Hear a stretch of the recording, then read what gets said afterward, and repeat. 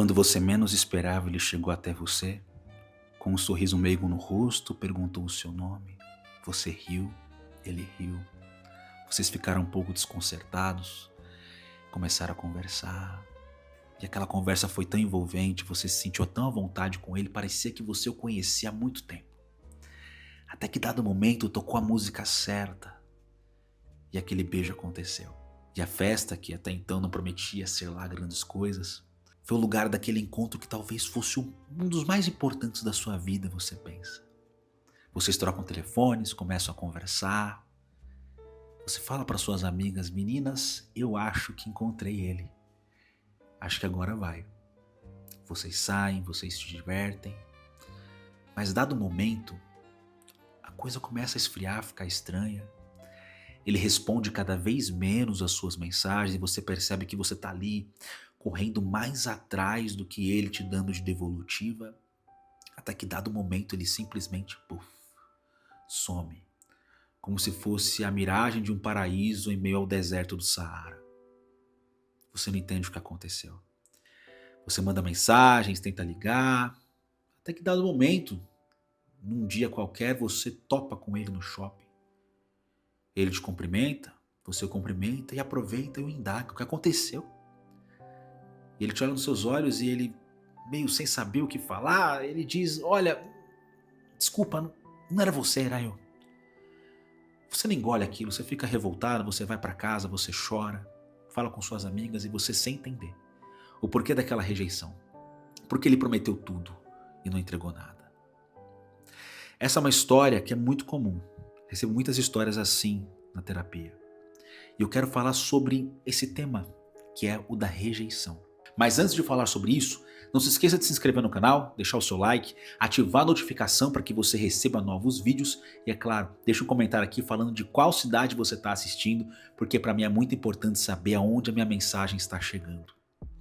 Passar por rejeição não é fácil. Eu falo isso porque eu já passei por rejeição muitas vezes nessa vida. E não é gostoso. A gente se sente inadequado, como se tivéssemos menos valor, ou que se faltasse algo para que a gente pudesse ter algo com alguém, como se nós não tivéssemos ali alguma coisa que validasse a nossa oportunidade de ter um relacionamento. E aí quando a gente consegue algo, e de repente também somos rejeitados no meio do caminho, nos questionamos se fizemos alguma coisa de errado, ou se a gente não foi bom o suficiente. Só que a gente precisa entender um pouco sobre como podemos lidar com quando isso acontece. Porque no mundo de hoje, infelizmente, as relações elas têm ficado tão efêmeras, as pessoas sumirem tem ficado tão comum, os corações estão tão frios, que a gente vai precisar aprender a lidar com essa rejeição. E tentar tirar dessa situação amarga algum açúcar, para que a gente possa, no mínimo, tirar proveito dessa situação tão chata. A primeira coisa que eu gostaria de falar para você é que, às vezes, essa resposta do não é você, sou eu, ela é verdade. Ela é verdade, porque convenhamos, uma pessoa que some, essa pessoa tem um problema. Inclusive, não só um problema, é uma pessoa covarde. De não chegar e falar: olha, não estou interessado mais, etc. Então, de fato, a pessoa não sou ela, é a pessoa mesmo. É mesmo, é ela. É importante que você entenda que, por vezes, é sim o outro. O outro que não está preparado ou preparada para bancar uma relação com você ou com qualquer outra pessoa. Às vezes aquela imaturidade que, eu quero ficar na farra, eu quero aproveitar as pessoas e não quero construir nada sólido. Ou às vezes a pessoa ela tem traumas, tem questões mal resolvidas e quando chega perto de se envolver, a pessoa sabota tudo. Existem muitas pessoas que fazem isso. Então, pode ser sim que seja verdade, que o problema não seja você, seja o outro. E se isso porventura acontecer, do problema ser o outro e não ser você, entenda o seguinte, que o fato dessa pessoa ir embora não significa que você tem menos valor. Não significa que você é uma pessoa inadequada ou uma pessoa que não seja digna de estar numa relação. Porque quando a gente faz com que essa situação diga quem nós somos, aí a gente enfrenta um grande problema. Porque se eu passar por uma rejeição e eu transformar essa rejeição numa sentença sobre quem eu sou, sobre o meu valor, sobre eu como pessoa, eu tô perdido. A rejeição não define você. A rejeição, ela não vai colocar na tua testa marcado como se você fosse para sempre ou sempre foi uma pessoa não digna de amor, de afeto, de carinho, de uma relação saudável, uma relação boa, uma relação gostosa. A rejeição, ela não vai falar sobre quem você é. Porém, entretanto, todavia, não acho que eu vou passar a mão na cabeça em você toda hora, não. Eu preciso falar algo. É que, às vezes, não queria dizer, a rejeição, ela nos fala algo. Nos fala, talvez, de um exagero que nós tenhamos. Fala, talvez, de uma impostura, de imaturidade, que gera no outro uma sensação de afastamento. Eu tenho certeza que você já teve alguém no seu convívio que a pessoa não fazia nada demais, você não queria ficar perto dessa pessoa. É o que as pessoas comumente falam, o santo não bateu. Aí você não quer ficar perto da pessoa, você não quer falar com essa pessoa, você não quer ter convívio com essa pessoa. Ou às vezes são pessoas que você começa a conviver, que você começa a falar, começa a ter uma amizade, e essa pessoa de repente faz alguma coisa, fala coisas que você não concorda e você começa a se afastar dessa amizade.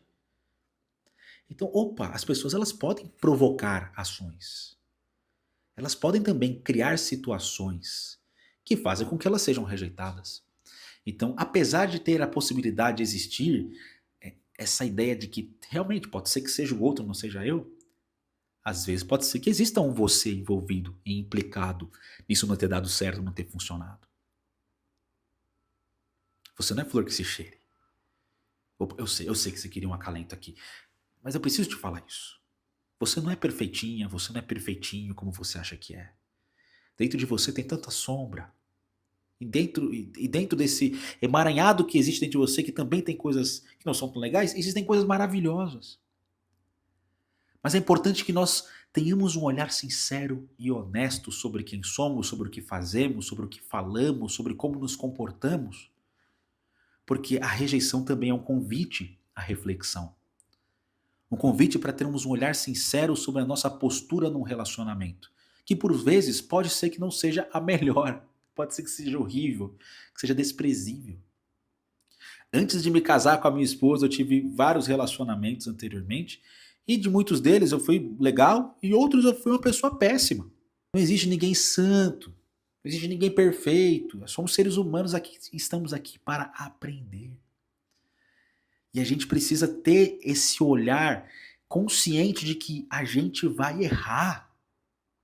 E mesmo sendo como o Tiaguinho, a gente é feliz, a gente não vai errar, mas se a gente errar, a gente é feliz tentando acertar, a gente pode ser que nós erramos. Então seja sincero com você. Tira proveito dessa rejeição. Tira proveito.